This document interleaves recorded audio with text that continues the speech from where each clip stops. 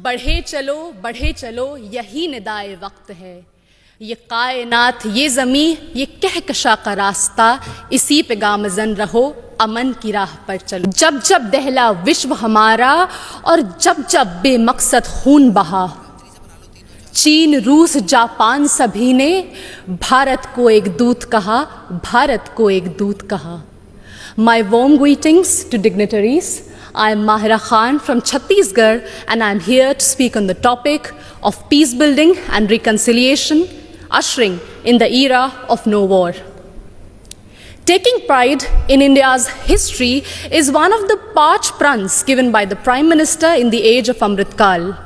And looking back at history, it is a proof that India has always been a harbinger of peace. No war does not mean that we have no reason to fight war. It only means that we give importance to peace by following values of compassion and forgiveness. It was the value of compassion that even after winning the war in Kalinga, Samrat Ashok decided to never wage a war and spend his entire life to preach the message of peace to countries as far as Greece. It was the value of forgiveness that even after the British sent our soldiers to world wars and our farmers to famines, Mahatma Gandhi still chose ahimsa and satyagraha for independence.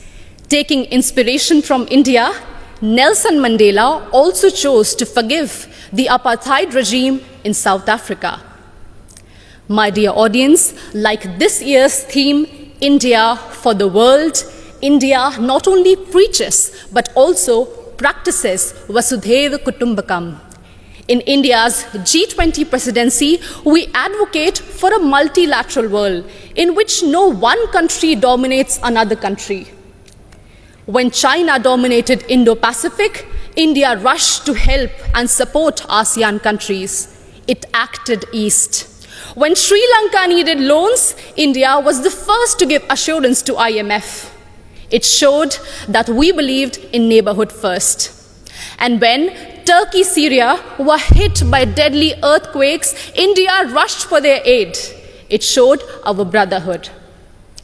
Remember, in 1945, after testing the first atomic bomb, Oppenheimer quoted from Bhagavad Gita, "Now I have become death, the destroyer of worlds."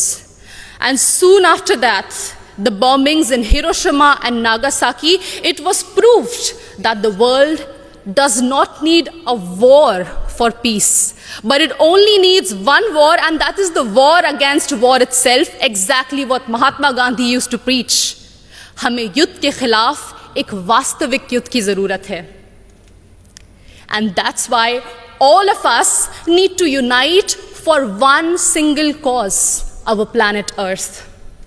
The conflicts in West Asia, Africa, and the constant quest for world dominance between USA and China are doing no good for sustainable and equitable development. And this is worse even in the post-COVID era, something which we cannot afford. And in this circumstance, the world looks at India to find peaceful negotiation and conciliation in the midst of Russian-Ukraine war. As the voice of Global South, we believe that few rich countries which have caused maximum war and pollution in the last century should pay for their mistakes by helping and not holding back technologies from poor countries.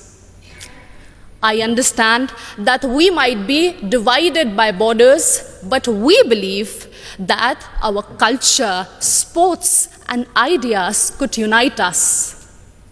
And in this condition, the world looks at International Solar Alliance for an equitable solution to green energy transition.